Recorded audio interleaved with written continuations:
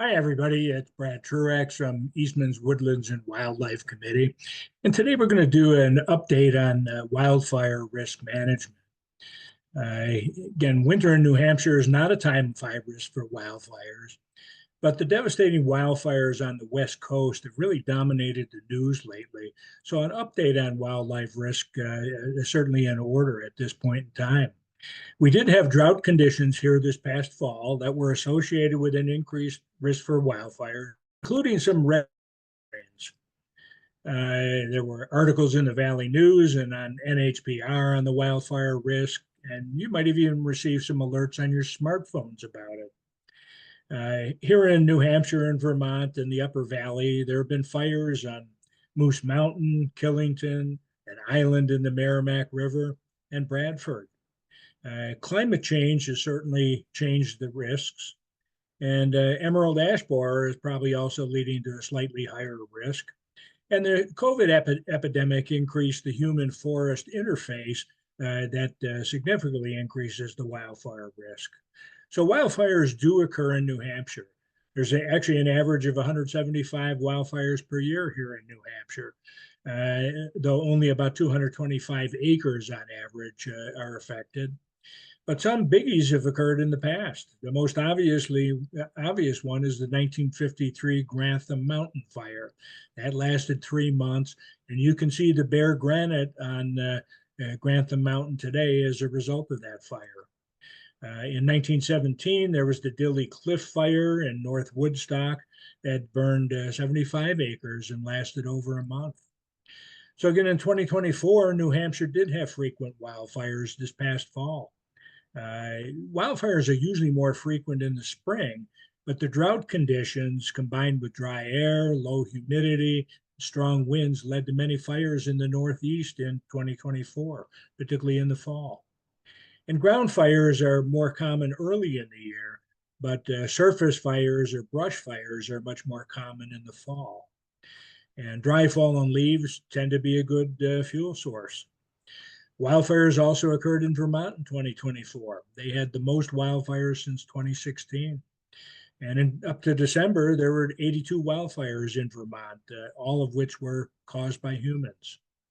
In all, they burned about 159 acres. There was one where there was improper ash disposal that actually burned 70 acres.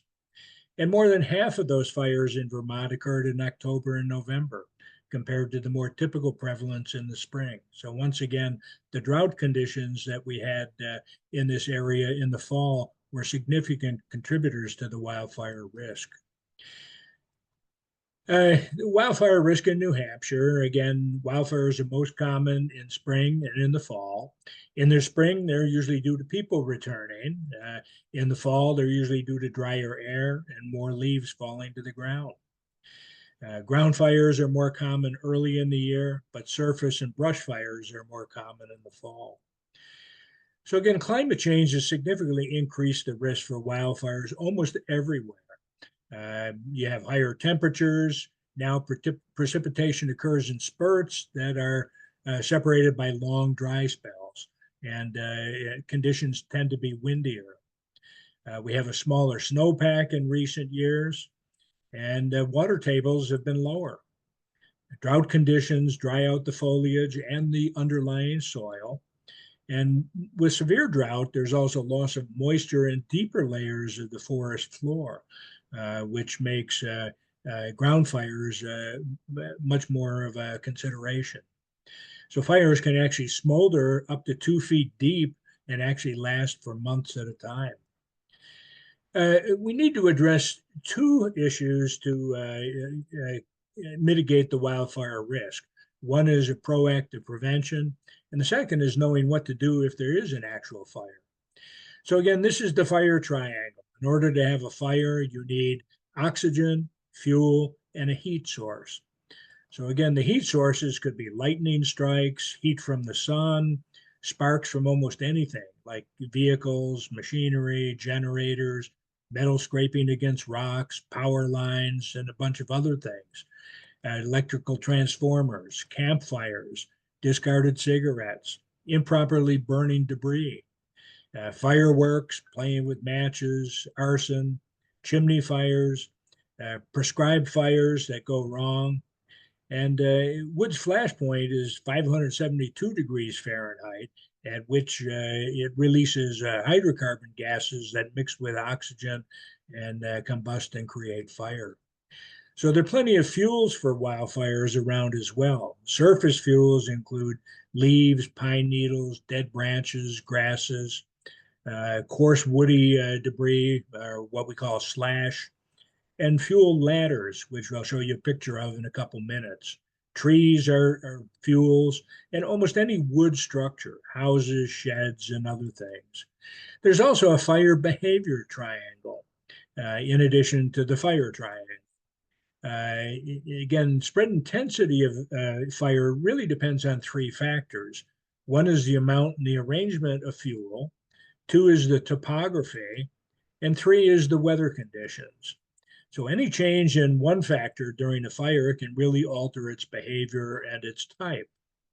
So here are some features of fire behavior. Torching basically is movement of a surface fire up to the tree crowns, and that's the precursor of what we call a crown fire. Crowning is active movement of fire through the tree canopy, so it's bouncing from one tree to another. Fire whirl it forms as a result of the upward spinning column of air that carries flames, smoke, and embers upward. And often this forms from heavy fuels on the downwind side, particularly ridges. And in extreme conditions, it can be powerful enough to twist off entire trees. And spotting is when firebrands, which are the glowing embers, get lofted up and move ahead of the main front. And they can ignite multiple spot fires that then feed back to the main fire, creating a very dangerous situation. Particularly in those recent fires out in Los Angeles, this was a big problem. The glowing embers were jumping from one place to another. So again, this is showing torching. Here, the surface fire is spread upward toward the crown. These are stages of a crown fire. Hopefully, we'll never experience a crown fire here in New Hampshire. This is showing spotting, which again are these embers or so-called firebrands, which are now spreading one to another and so on. Conditions that make an environment ripe for wildfires include extended drought, high winds, and high temperature, and low humidity. Steep slopes, fuel buildup, particularly on the ground. And we have little control over any of these things except for the latter, fuel buildup. Red flag warnings are given when there is extended drought, dry air, and high winds. As I mentioned, we did have some red flag warnings here in New Hampshire this past fall, and certainly out on the West Coast and in the Maui fire that occurred a year ago in Hawaii. Red flag warnings were present for several days prior to the actual fires breaking out. So again, there are three types of forest wildfire. The ground fire, and these basically can smolder underground for several months. The surface fire, that would be the common brush fire, and the crown fire. That's the most serious form of a wildfire, and it no longer requires surface fuels because it's jumping from one tree to another. So in terms of wildfire risk mitigation, the most serious loss of property and human life occurs when relatively uncommon severe brush fire gets driven by extreme fire weather, rather than the more typical annual summer brush fires. And under extreme conditions, highly intense fires that burn foliage in the treetops, which again we mentioned are crown fires, are more likely to happen regardless of the underlying fuel loads. And in those circumstances, the fire is more likely to spread by spotting with firebrands. These are these windblown burning embers, and they actually jump well ahead of the actual fire front. The wildfire risk at Eastman, we have two existing documents, both of which probably need updating. In 2005, there was a fire and wildlife assessment done by University of New Hampshire, and it mentioned that we're at relatively low risk for wildfires. And in 2008, the town of Grantham did a hazard mitigation plan that also addressed wildfire risk, but it also noted a high risk of structural fires here at Eastman, mainly because we have a lot of old wooden homes and some of them are close together.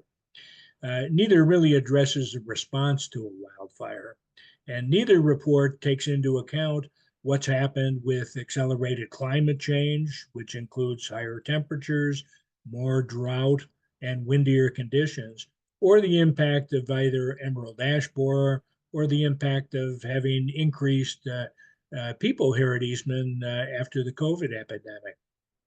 There is a separate town of Grantham operations plan that really says very little about response to a wildfire. This is an old photo. This I think was from about 19 or about 2020, and it actually shows that we're in a relatively low risk for wildfires, and that's primarily because we don't have a lot of grasses and surface fuels that are especially likely to lead to a major wildfire. However, if you look at the most recent drought map, and this is updated actually as of January of 2025, you can see that we're still in an area of moderate drought. So again, conditions for wildfires have not disappeared here. An important concept is the wildland-urban interface, and this basically is a zone of transition between wildlands and human development. And so areas where human-made structures and infrastructure occur, like cell towers, schools, water supply, etc., are in or adjacent to areas that are prone to wildfire. So these are areas at risk for catastrophic fires. And Eastman certainly is a classical wildland-urban interface because, again, we have lots of forest here, and we have lots of these human-made structures that are basically adjacent or actually within the forests. And remember, humans are actually the leading cause of wildfires. The old Smokey the Bear warning, only you can prevent forest fires, certainly applies. So again, because Eastman is a classic wildland-urban interface, any fire is likely to begin near homes or buildings. Eastman already did have a major fire that destroyed the Eastman Community Center back in 1995. And human activities will likely contribute to or to a cause of a wildfire or propagation of a wildfire. So it's really up to all of us to take steps to mitigate the risk. You need to have a plan for how you would react if a fire occurred. And slope is also a major factor in wildfire spread. Fire usually travels faster uphill than downhill. Winds generally move uphill, and the rising smoke and sparks and flames in dried out areas dry out the areas above a fire, making them more prone to be ignited as well. So once an area is burned, it's harder for the fire to move back downhill. So are there implications for Eastman? Well, Eastman does have some portions that are basically uphill. So I'm thinking about Snow Hill, maybe Brook Ridge, probably some other areas that are a little further out. And this basically is showing a plume of smoke in a flat area tends to go straight up, but if you have a slope, it goes up the slope. Wildfire fuel types are important. And again, if you look at these two pictures, in this picture, there are lots of hazards. You have what we call a fire ladder here, where fire could go right up this tree. We have branches that are really adjacent to this wooden structure. And on this side, it's a little bit better because they've cleared out those risks. So again, the fuel types, surface fuels, again, are leaves, pine needles, dead branches, grasses, and coarse woody brush, or what we refer to as slash. But fuel ladders are also important, and that's where you could have fire that burns upward from the ground up into some higher levels. So again, this is showing some coarse woody debris, what we might refer to as slash. A fuel ladder, basically this is live or dead vegetation that allows the fire to climb upwards from the landscape or the forest floor toward the tree canopy. And common fuel ladders would include tall grasses, shrubs, tree branches, both living and dead tree branches. And spruce and fir stands actually have a lot of dead branches that can serve as fuel ladders. So look for fuel ladders and trim them. And look especially along our roadsides where they might butt against electrical wires. This is basically just showing, again, what would happen with a fuel fire down here on the surface. It goes up into these branches, and that's a fuel ladder. This is showing a fuel ladder. This I actually took in my own backyard. Back around the time where I did the first wildfire risk assessment back in 2020. And you can see there's lots of stuff on the ground that could be combustible and would go right up this tree. What I didn't show you in this photo is that right over about here is where my power generator is. So again, this could have been a fire ladder. Fortunately, I cleared that area out. Here's another classical fire ladder. This is a dead one that's sitting here. And look what it's under. Here's some power lines. Suppose this power line fell down and ignited the grasses that are down here on the floor. That fire would propagate directly up that fuel ladder. So deciduous trees are a bit more resistant to fire than some of the coniferous trees, and that's because they tend to have a higher water content, and their leaves are likely to retain some moisture. But their fallen leaves also tend to decompose fairly rapidly, and that would further reduce the fire risk. So hardwoods are not in general very flammable, but dead dry ash could burn. And again, we are now well into the emerald ash borer epidemic, and many of our ash trees are already dying or actually dead, and they'll eventually, particularly out in the forest, fall to the ground, and they could burn. Conifer needles are much more prone to fires, and again, we certainly have a ton of pines, and if you look at your rooftops almost any time of year, you can probably see a lot of pine needles there. And conifers tend to fall over when they die, so they often become coarse, woody debris, which is a fire risk. And of the conifers, white pine is probably the most flammable, followed by fir and then hemlock. Eastman does have some features that would help prevent spread of a wildfire. We have a complex road system that does provide some fire breaks.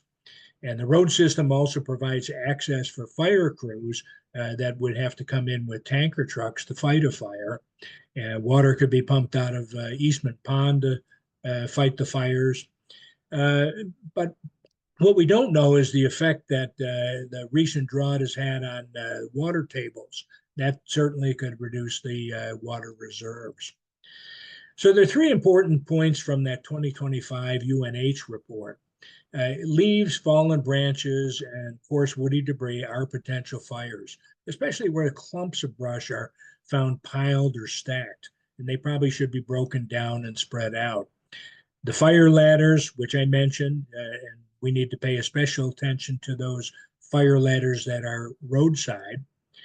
And the key point was also that we should leave at least a 30-foot safety zone around each and every home. And again, I'll show you some diagrams of that in a minute. There's a dilemma, though, about stacking versus spreading coarse woody debris. The UNH report says that clumps of brush that are found piled or stacked should be broken down and spread out. But there's this issue of volume versus surface area. Fuels that have a larger surface area compared to volume are actually easier to ignite. In fact, that's why you use twigs as kindling to light a fire. And dry grass, pine needles, dry leaves, twigs, and other dead brush actually burn faster than large logs or stumps. So fuels that are somewhat spaced out also dry faster and dry faster than those that are packed tightly together. And that's because more oxygen is available to the thinned out fuel. And more tightly packed fuels also tend to retain more moisture, which would absorb the fire's heat. So again, there's this dilemma, should we stack or should we spread? Uh, so maybe the nature of the stack is the key factor. So this is showing slash that probably should be removed or spread. So you see lots of dead branches and trees here. We refer to that as slash, and that probably should be spread out. On the other hand, this slash could stay because again, it's not very likely to ignite and spread a surface fire.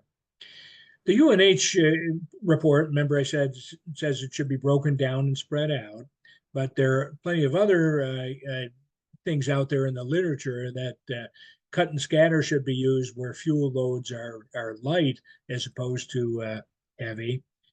And that may substantially increase surface fire behavior where slash is particularly concentrated.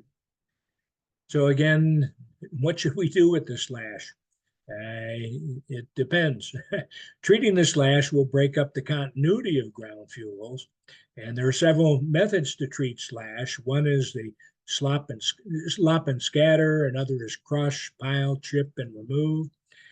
Lop and scatter is really only used when slash is currently on the ground, and the slash you create from thinning or pruning is limited and non-continuous. So you've got some room to spread it out. And you can easily cut it up so all the woody material is within 2 feet of the ground, and there is space between the groups of slash. If the slash is continuous, meaning it's really spread out, or it's too deep to get within 2 feet of the ground, then you may have to pile, crush, chip, and remove the slash. That may be more appropriate there. And when piling your slash, keep your piles small. They should be no longer than about 10 feet by 10 feet by 6 feet high. Actually, I think 6 feet high is probably way too high. We probably ought to be looking at something not more than 2 to 3 feet. So when you're crushing slash, you want to keep it low to the ground, probably less than 2 feet above the ground. And when you're chipping, spread the chips out rather than piling them up. And burning slash piles is a common way to remove slash. But remember, you need a permit to burn things, and you need to be very careful that you have all the appropriate conditions if you're doing a slash fire. So again, fire breaks or fuel breaks are stretches of open land that are devoid of potential fuels, and that may help prevent spread of a fire. And in these areas, all vegetation and vegetation debris should be removed down to the mineral soil. So you need to cut down any woody shrubs, prune any trees, and remove any slash. And you might contain low vegetation if it's green and moist all year round. But there can still be trees standing there, but they ought to be at least 10 feet between their crowns, or even wider if they're on a slope of greater than 20%. And again, the size of fire breaks, they're usually placed along roads that have multiple users. And it'd be 100 feet wide on each side of the road, and along boundaries with neighbors, another 100 feet wide, 200 feet wide between neighboring structures, and public access areas probably a minimum of 200 feet wide. And if you're looking at something that's upslope of things like railroad tracks, probably a minimum of 100 feet, but probably greater on slopes. And Eastman has lots of slopes and trails or lots of roads and trails that actually do provide some fire breaks, but we may need to expand some of them or add some ditches. And we might want to add a fuel break along the top of a ridge as well. There are two important factors again, I mentioned in reducing the risk for serious wildfires: reduction of those surface fuels and reduction of the fuel ladders. So again, methods for reducing those serious fires. One are prescribed fires, which we probably will not do here at Eastman. Biological things like grazing. Actually, in some areas that are risk, they let basically sheep go out and graze. Mechanical things, breaking down the fuel loads, thinning trees, limbing trees, removing underbrush. And of these, really only that last one is a practical intervention for us here at Eastman.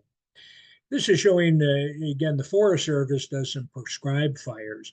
So here, this is what this area looked like. They did a prescribed fire, and look what happened several years later. Now you've got a lot of green, open, young forest there.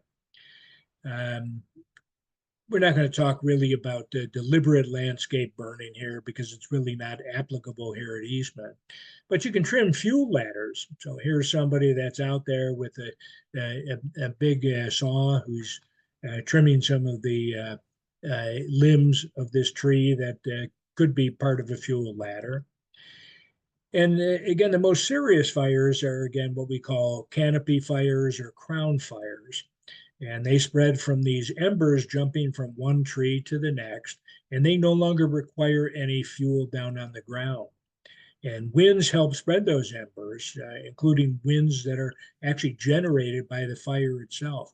Remember, we talked about that fire whirl, and the embers can come up and they spread from one to another. And these fires can actually jump across fire breaks. Again, that's what's happened out in the serious fires in the Los Angeles areas, where some of the fires are jumping right across fire breaks. And again, fire also spreads more easily up steep slopes. This is showing how removal of vegetation can reduce fire risk. So here's what, again, this is another National Park Service photograph. Here's what it looked like before. Here's what it looked like after they cleared out this area. And note that they did store some slash, but they spread these piles of slash out. Wildfire risk mitigation near your own home is very important, and you need to prevent both horizontal and vertical spread of the fire. So you need to implement a 30-foot safety zone around your home. That means removing any fuel ladders that are near the structures. So that would mean trimming branches or tall grasses. You need to look for branches that might be overhanging your chimney.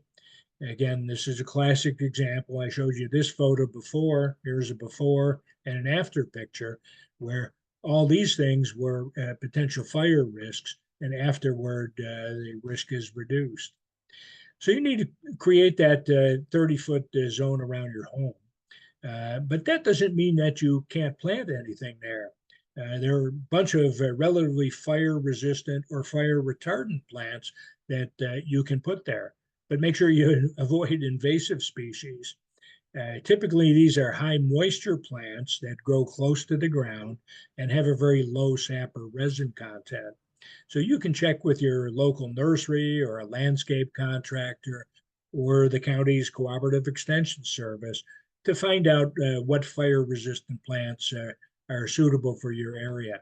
Actually, the closest list here is from Maine, and I've included the URL to that.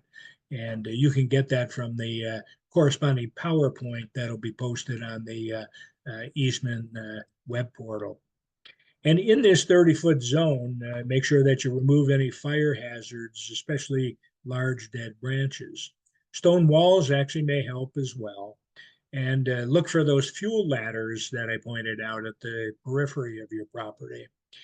This is showing fire home zones. This is, again, a diagram that shows three important zones. The first zone is immediately around your home, up to about 5 feet out. The second zone is up to 30 feet. Remember, we mentioned you want to have this 30-foot zone, and the other zones are further out. So again, some have advocated that you have an even broader home ignition zone.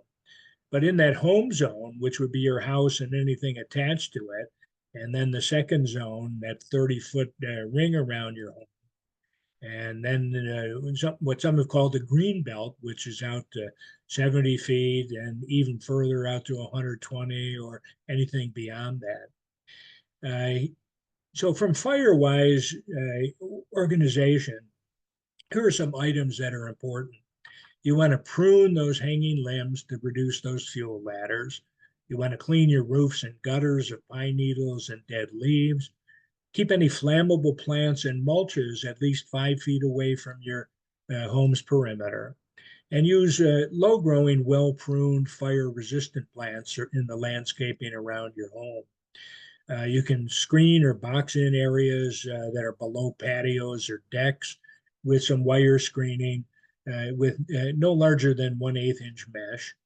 And you can sweep decks and porches clear of fallen leaves. Move any wood piles away from your home during non-winter months, and bring any doormats or furniture cushions inside when an area is threatened by a wildfire. And close your garage doors when you leave your home in the event of an evacuation. Uh, you want to ensure that the homes and neighborhoods have clearly legible fire street names. I'll talk about this a little bit more. This is still a problem at many areas here at Eastman. You always want to create at least two ways out of a neighborhood so you can safely evacuate if there is a wildfire emergency. I'll show you again a map. We have at least 4 exits to the Eastman community. You ought to be aware of how to get to any one of those. You want to create phone trees to alert residents about an impending fire or an actual fire. And you want to review any community rules or regulations on vegetation management. Make sure that they're Firewise friendly, and use the Ready, Set, Go program with the fire department to educate neighbors. Here are 5 things to consider in your neighborhood. Can the roads quickly and safely lead emergency personnel to a fire or burning structure? So remember, knocking down a fire is really critical to preventing it from spreading. So we need to make sure that the local fire department has access and that we're not blocking access to any fire that occurs. We want to make sure all the structure is in good condition, exterior walls in good condition, etc. What does that 30 feet of landscaping look like? The vegetation ought to be well cared for, and all dead, dying, or diseased plant material should be removed. And what does the landscape look like 100 feet or more outside of that? And does the community have an emergency plan in place? So when you remove vegetation, what do you do with them? Okay, here's how it's done in national parks. They either grind it into chips and spread it out, or they put it in piles and they burn it in winter when there's snow cover.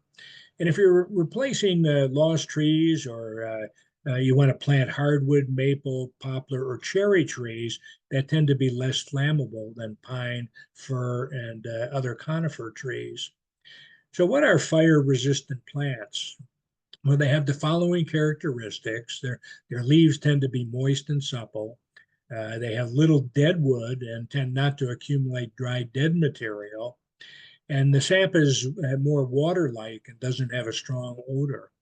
And I mentioned before, the closest list of fire-resistant plants comes from Maine, and that's a good source to look for. What about bark mulch?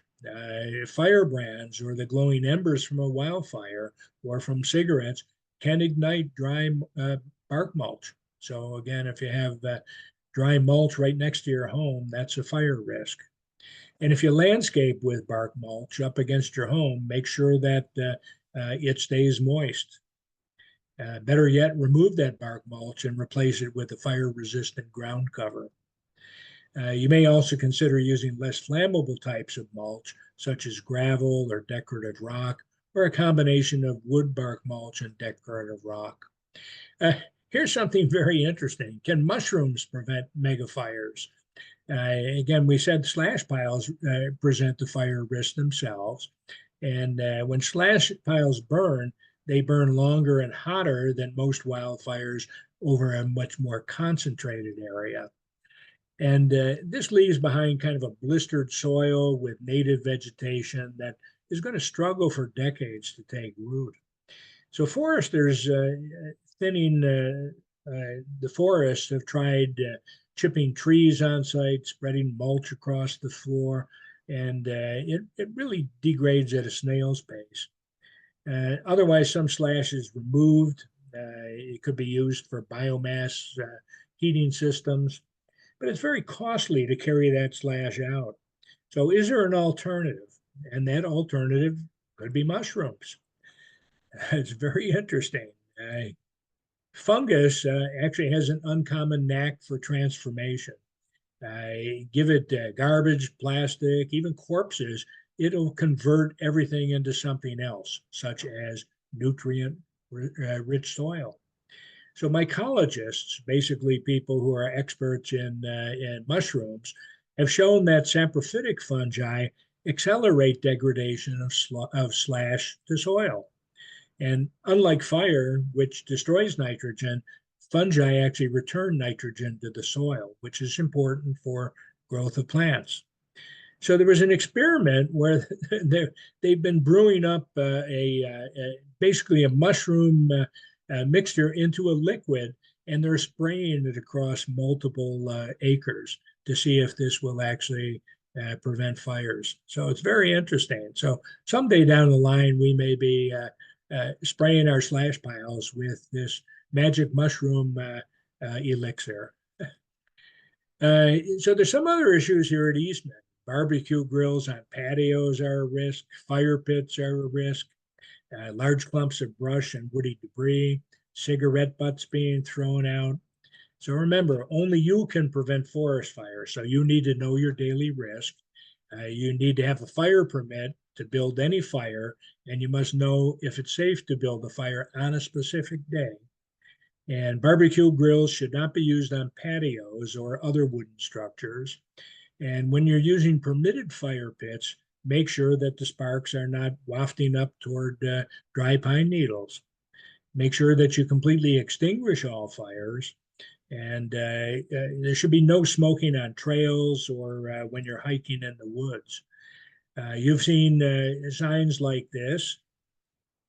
That assessment that was done here in 2005 said that we have a low wildfire risk, and any fire would likely be a ground fire rather than a surface fire. And that's because Eastman doesn't really have a whole abundance of ground fuels. We don't see large areas where there are grasses, particularly dry grasses that are fairly widespread. So we don't have meadows and things like that. Most of the fuels here that occur on the ground would require really hot fire to ignite. And ground fuels that are easily combustible and likely to ignite in a dry situation are things like grasses. And once again, we don't have a whole lot of grasses here at Eastman. But we do need to educate our residents on wildfire risks and mitigation. And we need to use our trail and woodland monitoring programs to look for some of these risks. I mentioned house numbers before. That assessment that was done in 2005 said that all the streets and addresses should be clearly marked. That's important. One winter, a couple winters ago, I was out walking the dog and I saw some sparks that were coming from a transformer on top of a utility pole. I contacted Eversource and they wanted to know the exact address of the place where those sparks were. They weren't satisfied with the general location, and the house with the utility pole didn't have a visible house number. So I had to actually go to the tax GIS map on the Grantham website to find that house number. So in responding, when we first started addressing the emerald ash borer epidemic, we offered a service where we went out to various properties to try to identify ash trees for our residents and homeowners. And while doing that, I was stunned at the number of properties that didn't have readily available or readily visible house numbers that were visible from the road. So we can actually do a better job there. Think what a delay for first responders it would mean if they couldn't find the address that they were asked to respond to for a fire, or for that matter, a medical emergency. So your checklist for homeowners: make sure your gutters are free of litter and other debris. Keep your tree limbs from extending within 10 feet of the flue or opening of any stove or your chimney. Cap all chimneys and stovepipes with mesh screening that shouldn't be bigger than half an inch. Make sure that your landscape vegetation is kept away from your house. Look for fuel ladders in your backyard, and especially are there any conifer trees that would burn and lead the flame upward toward the forest canopy. Flammable liquids and things like natural gas should be stored properly and not haphazardly. And you should have fire tools handy. That would include a ladder that would reach a roof, a shovel, a rake, and a watering system that should include a hose and a bucket. You need to stack any firewood well away from your home and make sure that your house number is posted where it's easily visible from the road. Do you see fuel ladders forming or that have formed already on your property? Do you notice the buildup of dry fuels like grasses on your property? And are there things that strike you as odd or unsafe with regards to a fire? So, have you encountered anything out of the ordinary, like fuel cans that are positioned close to dry fuels, open fire pits, or other things that you think might pose a fire threat? And again, all streets and home addresses should be clearly marked. We also need to design and build fire-wise structures. So that would include things like treated roof shakes and shingles as well. Wildfire response, what will we do? Well, we need to educate the community on wildfire risk and prevention. We need to look at fire hazards when we're hiking or trail keeping. Uh, should we erect a fire hazard dial similar to the one that's in front of the fire hall across from the post office? Uh, or should we just put something up uh, shortly before when the conditions are for a high fire risk? My concern is that when we put the daily fire dial up there, we have a tendency to ignore it. If we're seeing it every day, we probably don't pay as much attention to it. We might actually do better having something that's up there on a regular or only as needed basis. So, what should Eastman's board do? Well, we need to disseminate this information to all homeowners, renters, and visitors.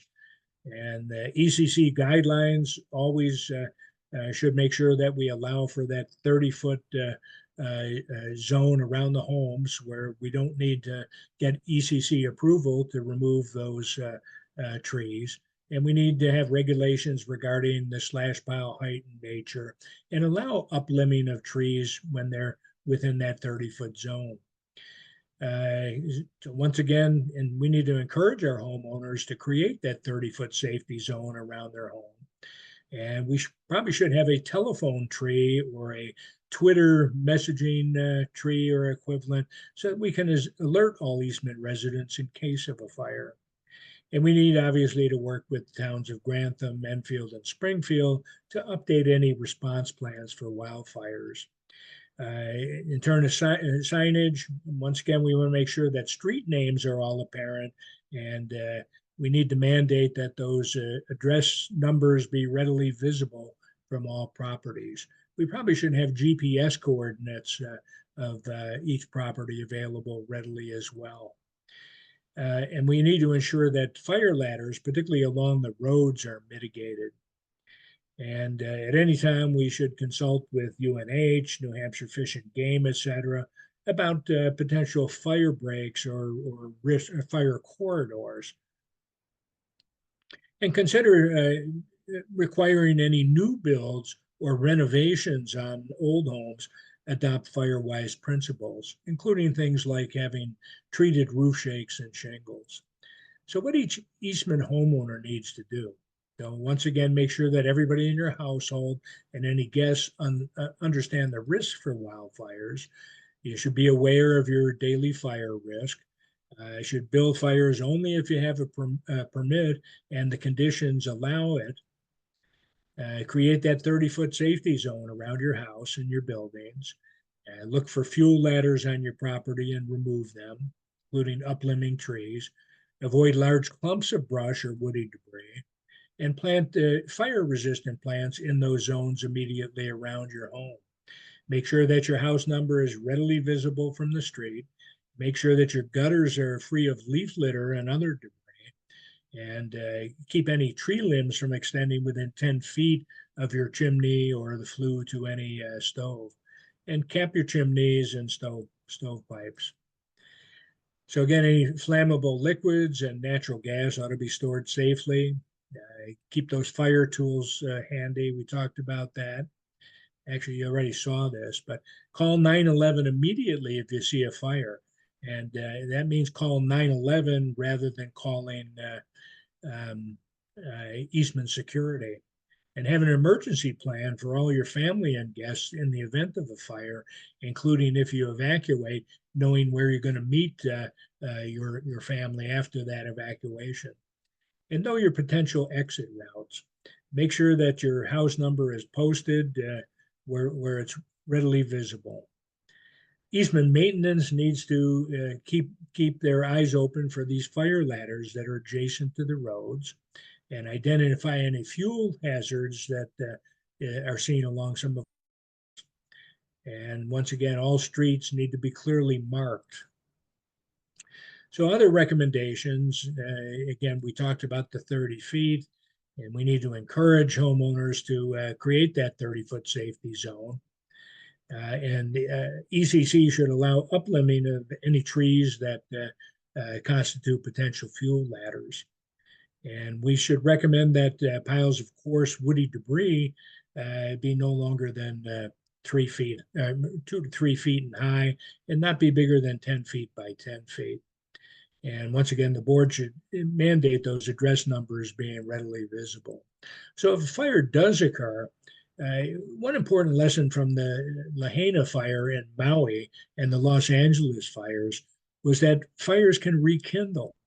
The Palisades fire in Los Angeles may have reignited from some scorch marks that were left by an earlier fire that was set off by fireworks on New Year's Eve. And strong winds may have reignited that fire even 6 days after it was originally put out. And the same thing happened in Maui. That original fire that occurred early in the morning was thought to be completely extinguished, but it rekindled later on, probably after the strong winds moved some dirt and uncovered burning embers. So researchers have found that fires can smolder in plant roots or other organic material for several days, and windy conditions may allow them to reignite. So it's really critical, even after a fire is extinguished, that we remain vigilant for potential rekindling.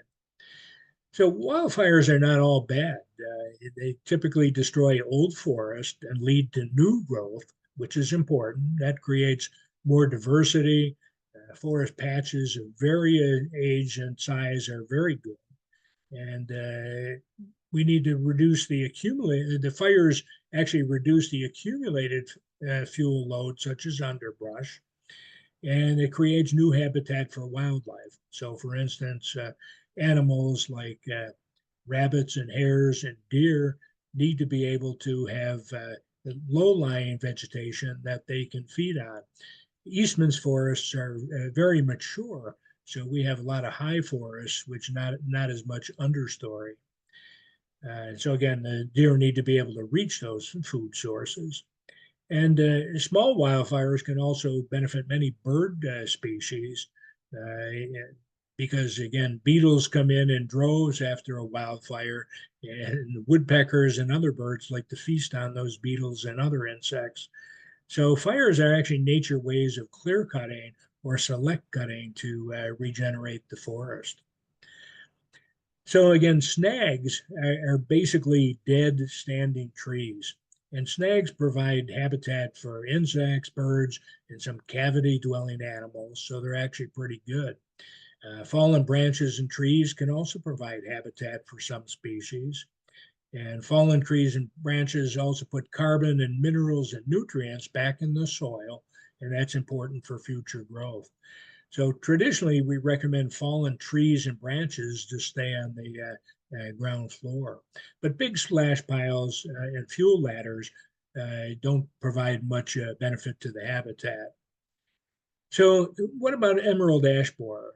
Again, it's now been present for several years here at Eastman, and we're getting to the stage where we're starting to see some trees actually dying.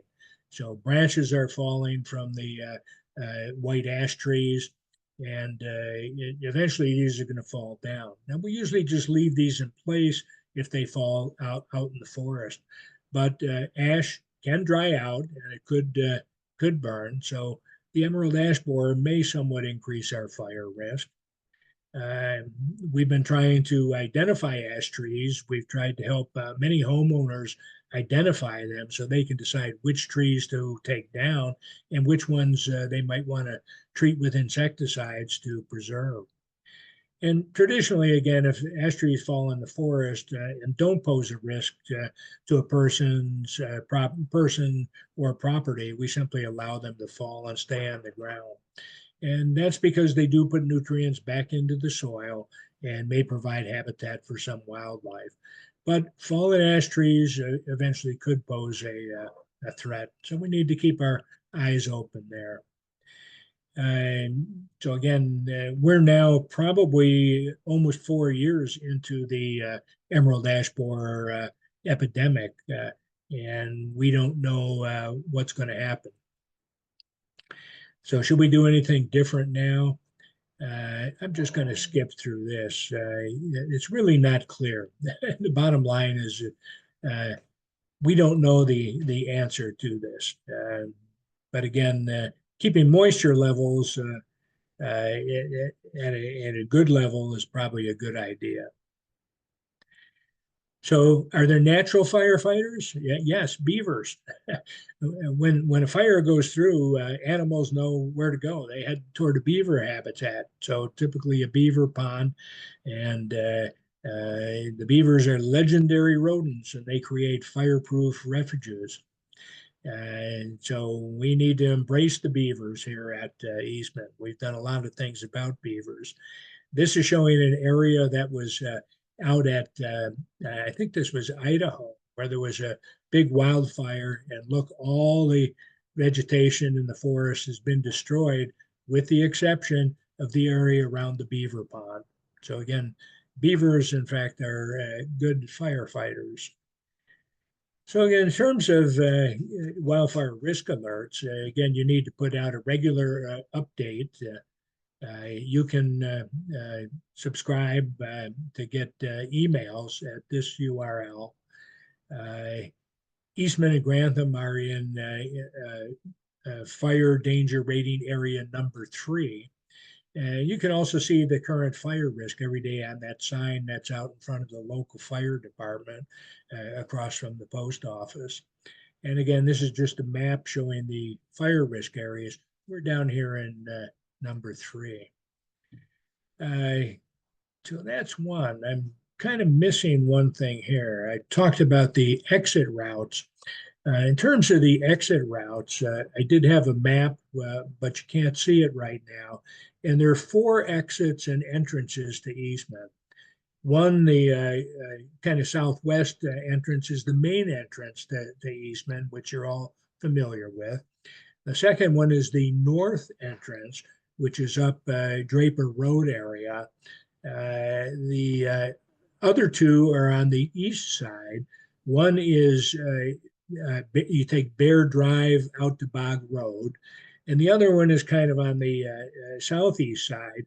And that one you have to take Wellfield to get on Winding Wood Road, and that takes you to Eastman Access Road, which also gets you to Bog Road. So you need to be familiar with how to get to those various exits. So that's a little bit about wildfire risk management. Again, hopefully we're never going to see a wildfire here at Eastman, but given all the things that have happened throughout the country and throughout the world, the risk will only increase in the future. So it's important that you know what to do. Thanks.